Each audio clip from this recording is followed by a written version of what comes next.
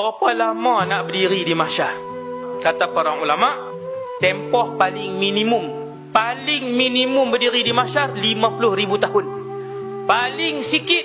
Sebab apa? Sebab nak timbang seorang-seorang. Orang ada berapa orang nak timbang? Ada 80 orang. Nak timbang amalan 20 juta orang. Nak timbang amalan kalau orang hari ni 7 bilion. 7 bilion. Kalau seorang seminit, takkan timbang amalan seorang seminit? 60 tahun punya.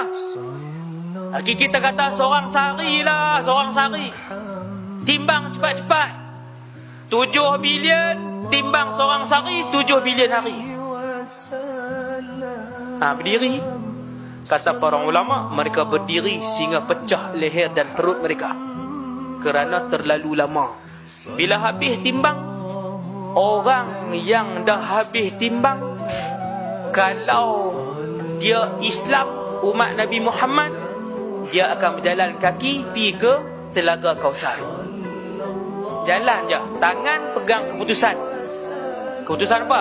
Ahli syurga. Ataupun keputusan apa sajalah dia pegang. Hak fasik, hak munafik, semua pakat pergi berjalan di haud. Sampai di haud, Nabi dah ada lama dah di haud. Tunggu. Di situ ada kolam. Dalam kolam tu berisi air. Air itu air yang sedap. Satu teguk minum selamanya tidak dahaga.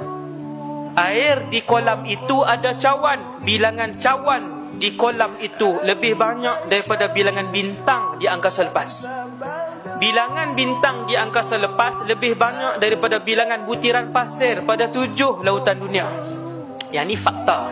Banyak mana bilangan cawan tu? Banyak. Lebih daripada bilangan umat Nabi Muhammad.